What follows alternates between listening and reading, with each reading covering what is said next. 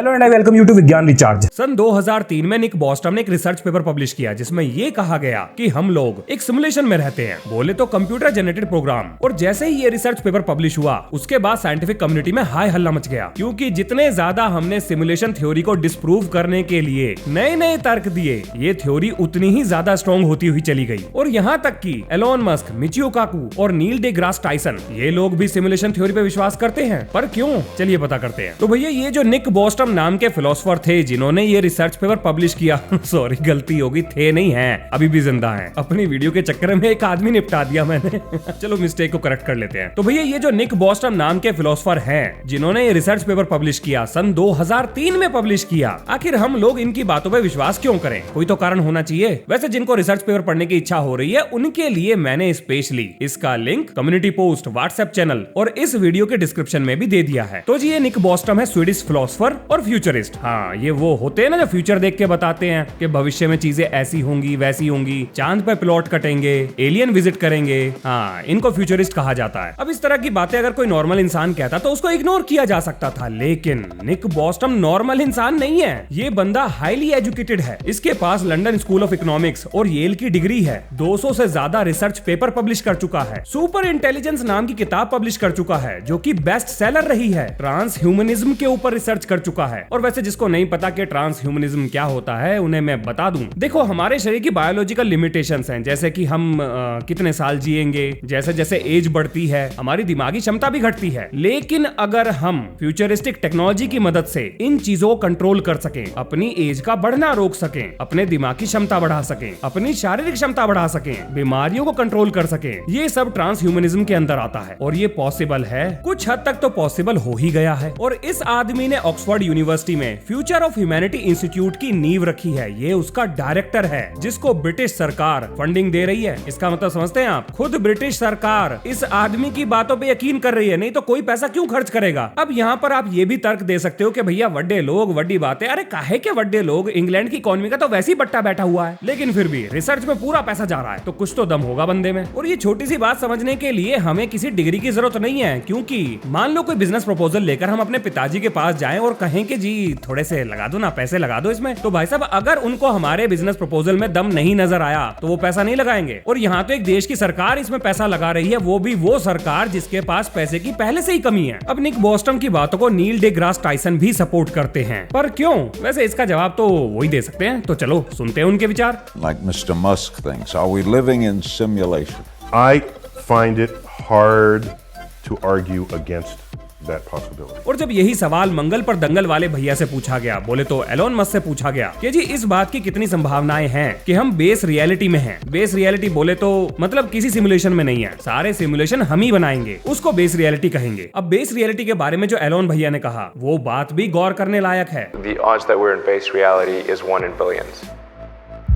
अब जरा आप यहाँ पर सोचिए कि ये जो लोग सिमुलेशन थ्योरी को सपोर्ट कर रहे हैं ये कोई मामूली लोग नहीं है, ये सारे के सारे वेल एजुकेटेड और साइंस की समझ रखने वाले लोग हैं। अब यहाँ पर दो चीजें हो सकती हैं, या तो ये सारी बातें इन्होंने कोई बढ़िया सा माल फूंकने के बाद कही हैं जो इनके जैसे एलीट क्लास को ही मिलता है, या फिर इस बात को कहने के पीछे इनके पास कुछ ऐसे सबूत हैं जिसके दम पर ये इस बात को पब्लिकली कहने में बिल्कुल भी नहीं हिचकिचा रहे हैं। और इस बात के सबूत हमें यहाँ से भी मिलते हैं कि जो कंप्यूटर टेक्नोलॉजी आज के समय हम इस्तेमाल कर रहे हैं वो 1940 के टाइम से 100-200 हजार गुना नहीं बल्कि 100 ऑफ ट्रिलियन टाइम्स बेटर हो चुकी है। Now this is insane. अब कंप्यूटर टेक्नोलॉजी की इस एक्सपोनेंशियल ग्रोथ को देखकर साइंटिस्ट ये बात कह रहे हैं कि जल्द ही हम इतने कॉम्प्लेक्स वर्ल्ड अपने कंप्यूटर्स के अंदर डेवलप कर लेंगे, कैरेक्टर्स को डेवलप कर लेंगे जिन्हें देखकर ये फर्क करना मुश्किल हो जाएगा कि कौन सी चीज असली है और कौन सी सिमुलेशन। मतलब हम उस वर्चुअल रियलिटी का हिस्सा बन जाएंगे जहां पर हमसे मिलने जुलने वाले कैरेक्टर बिल्कुल रियल लाइफ कैरेक्टर की तरह बिहेव करेंगे। उस सिमुलेशन के अंदर हम ये फर्क ही नहीं बता सकते कि क्या चीज कंप्यूटर प्रोग्राम से बनाई गई है और क्या नेचुरल है। तो अगर ये काम हम आज कर सकते हैं तो क्या ऐसा हो सकता है कि ये काम बहुत पहले ही किया जा चुका हो और हम उसी का हिस्सा हों? और अगर हम सिमुलेशन का हिस्सा हैं तो ये बात हमें कैसे पता लगेगी? वेल, इसके कुछ सबूत मिल चुके हैं। जैसे कि साइंटिस्ट इस बात पर आर्ग्यू कर रहे हैं कि स्पीड ऑफ लाइट फिक्स क्यों है, फिजिक्स के कॉन्स्टेंट्स फिक्स क्यों हैं, हर चीज इतनी परफेक्टली डिजाइन कैसे हो गई। मतलब मतलब हमारी धरती गोल्डीलॉक्स रीजन में है, एक ऐसी जगह जहाँ ना तो हमारे ग्रह को सूरज की रोशनी जला सकती है और ना ही हमें ठंड से कोई खतरा है। यानी कि प्रकृति का हर नियम बिल्कुल वैसे ही काम कर रहा है जैसा मनुष्य जीवन के लिए इस ग्रह पर होना चाहिए, क्योंकि एक भी चीज अगर इधर उधर हुई तो पृथ्वी से जीवन का सफाया हो जाएगा। दूसरी चीज जो सिमुलेशन को सपोर्ट करती है वो है क्वांटम इफेक्ट, मतलब डबल स्लिट एक्सपेरिमेंट और डिलेड चॉइस क्वांटम इरेजर। इन दो एक्सपेरिमेंट के जो रिजल्ट निकले हैं उन्होंने वैज्ञानिकों को अपने सर के बाल नोचने पर मजबूर कर दिया, क्योंकि ऑब्जर्वेशन से रियलिटी बदल गई। मतलब अगर आप किसी चीज को ऑब्जर्व करोगे तो रियलिटी कुछ और है, और अगर आप ऑब्जर्व नहीं करोगे तो रियलिटी बदल जाएगी। ऐसा कैसे हो सकता है? और चिंता मत करो, इसको मैं डिटेल में समझाऊंगा, वीडियो में आगे समझाऊंगा, क्योंकि भाई साहब फिजिक्स समझाने का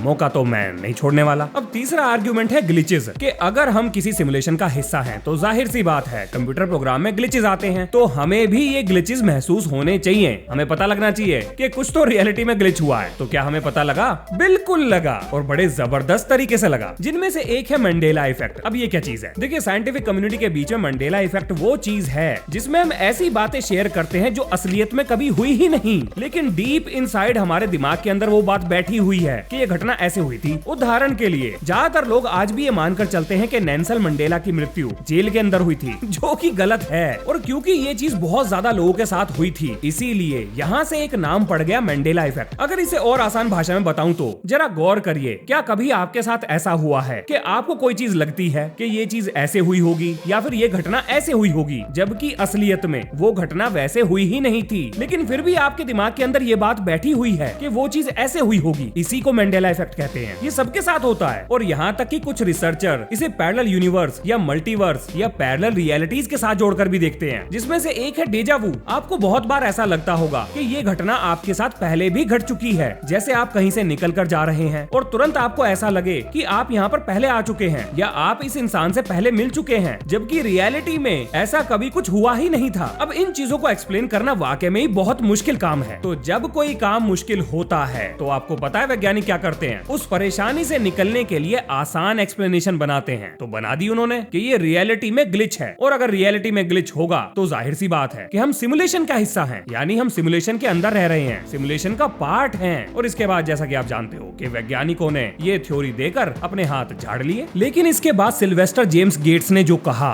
उसने वैज्ञानिक कम्युनिटी में भूचाल ला दिया, क्योंकि ये वो थ्योरेटिकल फिजिसिस्ट थे जिन्होंने सिमुलेशन थ्योरी को सबसे पहले खिड़की से उठाकर बाहर फेंक दिया और ये कहा, ये क्या ड्रामा लगा रखा है भाई तुम लोगों ने? अरे हम ही हैं असली, यहाँ कोई कंप्यूटर प्रोग्राम नहीं चल रहा। लेकिन कुछ समय बाद इनका ऐसा हृदय परिवर्तन हुआ भाई साहब, ये इंसान सिमुलेशन थ्योरी का झंडा उठा के लाइन में सबसे आगे नजर आया। अब बताता हूँ कि हुआ क्या था। इन्होंने स्ट्रिंग थ्योरी पर बहुत काम किया है। अब इससे पहले कि मैं स्ट्रिंग थ्योरी पर इनके द्वारा किए गए काम के बारे में आपको बताऊं, जरा ये जान लो कि हमें इस आदमी को सीरियस क्यों लेना चाहिए। 15 दिसंबर 1950 को फ्लोरिडा में जन्मे मिस्टर गेट्स ने MIT से 1977 में PhD की डिग्री ली है। अपने टोनी स्टार्क भी वहीं से थे। मजाक कर रहा हूँ, वैसे मूवी में वहीं से थे। मिस्टर गेट्स ने सुपर सिमेट्री और स्ट्रिंग थ्योरी पर बहुत जबरदस्त रिसर्च करी है, और इनकी रिसर्च के लिए इन्हें नेशनल मेडल ऑफ साइंस मिला है, जो कि अमेरिकी इतिहास में बहुत कम वैज्ञानिकों को दिया गया है। और ये बराक ओबामा के टाइम में साइंस एडवाइजर कमेटी के हेड थे। अब देखो, बिना काबिलियत के तो एक इंसान इतने काम नहीं कर सकता, तो ऐसे इंसान को सीरियस लेना तो बनता है। अब इनके हिसाब से यूनिवर्स को डिफाइन करने वाली जो इक्वेशंस हैं, उसके अंदर इन्हें कंप्यूटर कोड मिला है, यानी 0 और 1 मिले हैं। यानी स्ट्रिंग थ्योरी की मदद से जब इन्होंने यूनिवर्स को डिफाइन करने की कोशिश की, तो उस रिसर्च में इक्वेशंस के अंदर इन्हें 0 और 1 के बिट्स मिले हैं, और बस उसी दिन से इन्होंने ये मान लिया कि हम सिमुलेशन का हिस्सा You're हैं। saying as you dig deeper, you find computer code writ in the fabric of the cosmos. Into the equations that we want to use to describe the cosmos, yes.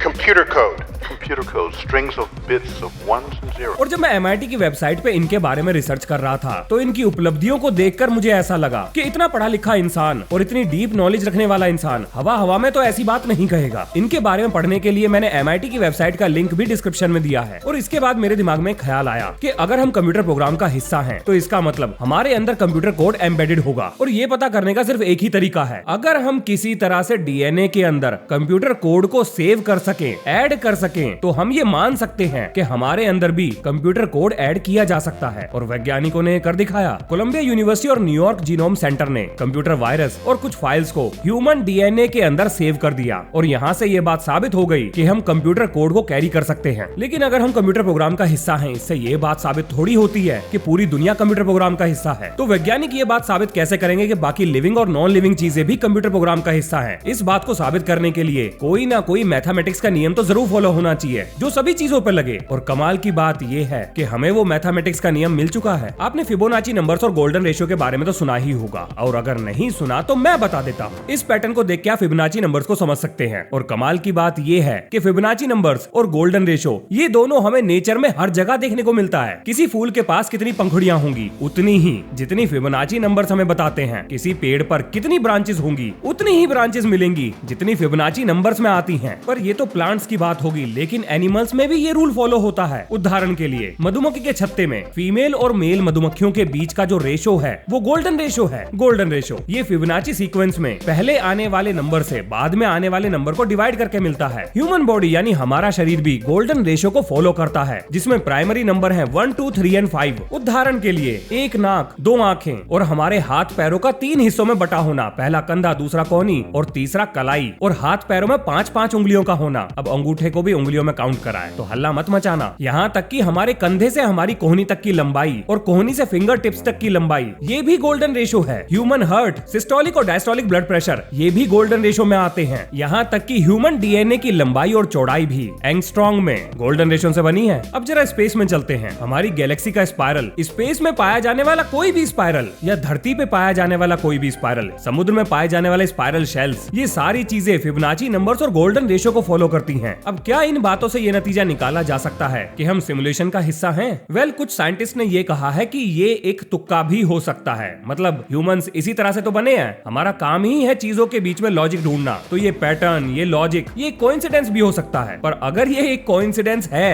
तो भाई साहब बिल्कुल गजब का है, हर जगह बिल्कुल फिट है। अगर आप गौर करें तो जितना ज्यादा सिमुलेशन थ्योरी को डिस्प्रूव करने की कोशिश की जा रही है, उसके खिलाफ जितने भी तर्क दिए जा रहे हैं, जहां पर भी सबूत ढूंढे जा रहे हैं, एंड में हर चीज यही साबित कर रही है कि सब कुछ सिमुलेशन है। अब जरा इस चीज पे बात कर लेते हैं कि अगर सब कुछ सिमुलेशन है तो आखिर ये सब सिमुलेट कर कौन रहा है और किस चीज से कर रहा है? जाहिर सी बात है, सिमुलेशन तो कंप्यूटर की मदद से होगा। तो वो कंप्यूटर कितना पावरफुल होगा और कहां पर होगा? हमारी आज की अंडरस्टैंडिंग के हिसाब से लगभग 18 महीने में कंप्यूटिंग पावर लगभग डबल हो जाती है। यानी कि हर 1.5 साल में कंप्यूटर पहले से दुगने ताकतवर हो रहे हैं। और अगर आप आज से 20-25 साल पुराना कोई गेम उठाकर देखोगे तो उनमें और आज के गेम्स में जमीन आसमान का फर्क है। उन्हें देखकर ऐसा लगता ही नहीं कि ये गेम रियलिटी का हिस्सा नहीं है। और फेसबुक के रचयिता, भाग्य विधाता मार्क जकरबर्ग का मेटा ह्यूमंस के लिए आर्टिफिशियल वर्ल्ड क्रिएट करने पर ही काम कर रहा है। बोले तो वर्चुअल वर्ल्ड, जिसमें आप अपने सर पर एक तान तमूरा लगाकर, आंखों पर चश्मा लगाकर आराम से सोफे पर बैठोगे और वर्चुअल वर्ल्ड का हिस्सा बन जाओगे। यानी कि एक वर्चुअल रियलिटी को एंजॉय करोगे। तो सिमुलेशन की शुरुआत तो हो चुकी है। अब कमाल की बात ये है कि इस वर्चुअल रियलिटी में आपको तो ये बात पता होगी कि आप रियल हो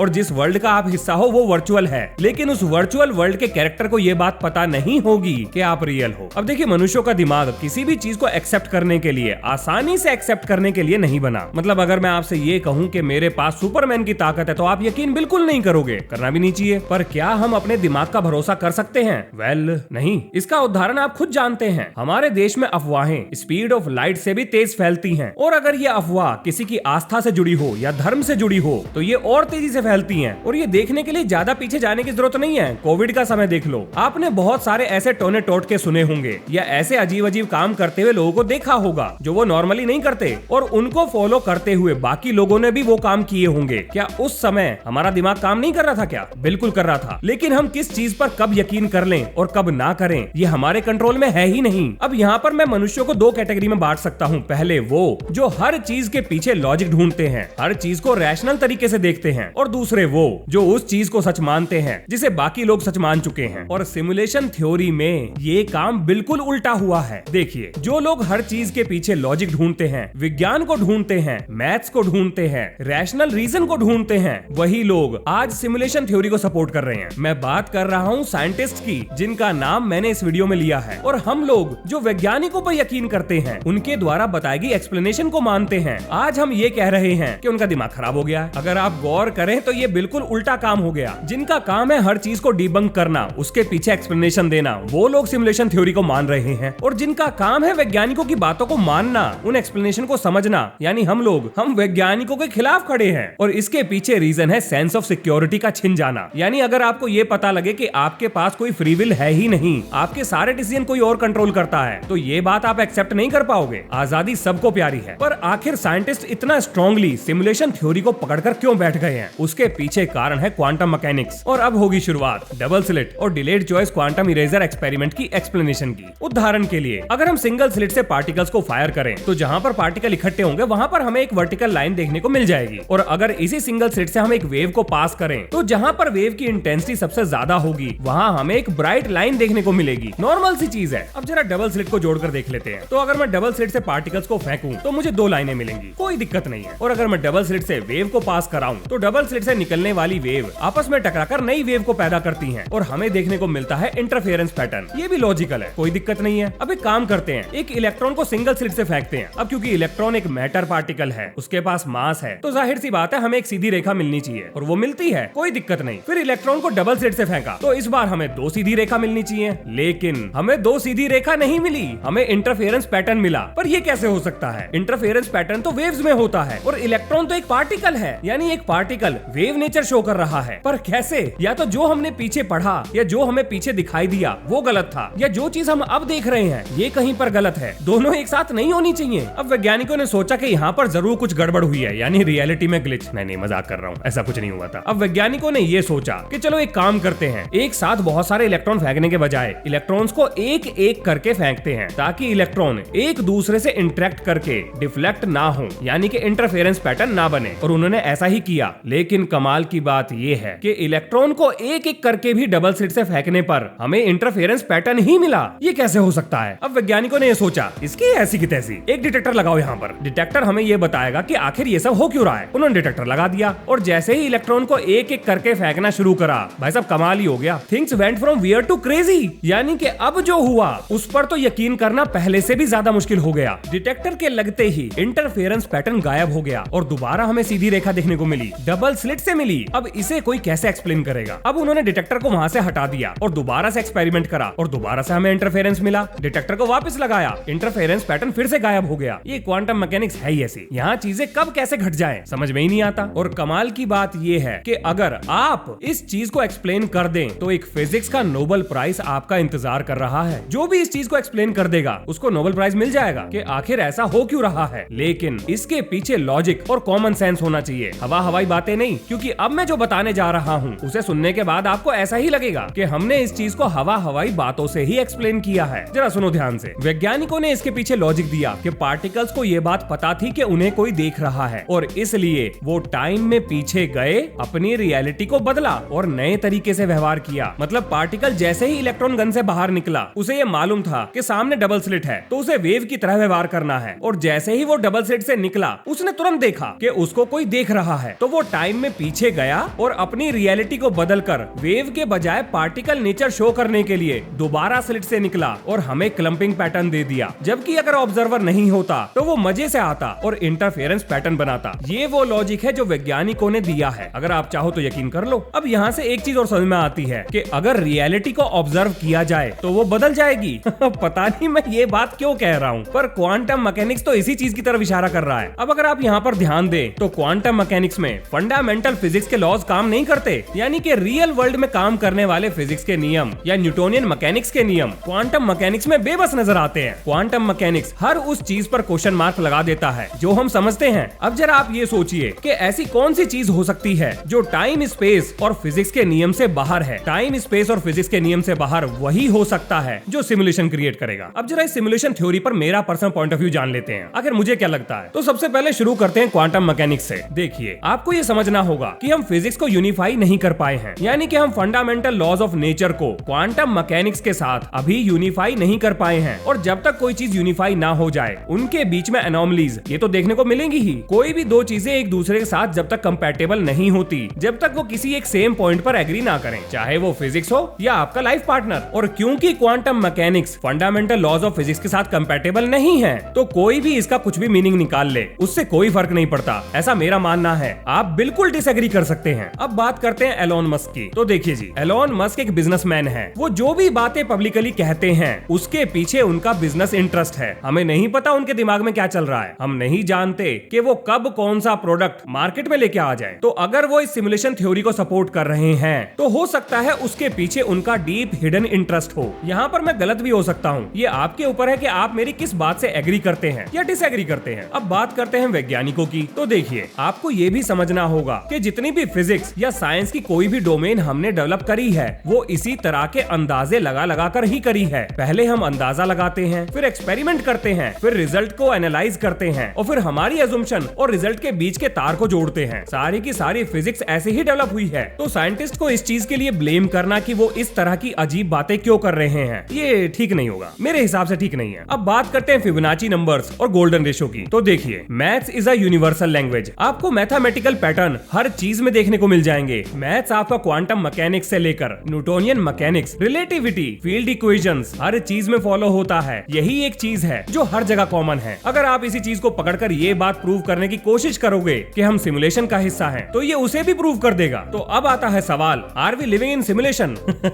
well, you have to decide that. मेरा काम बस इतना ही था, आपको वो चीज बताना जो वैज्ञानिक समझते हैं या मानते हैं। Do I believe in simulation theory?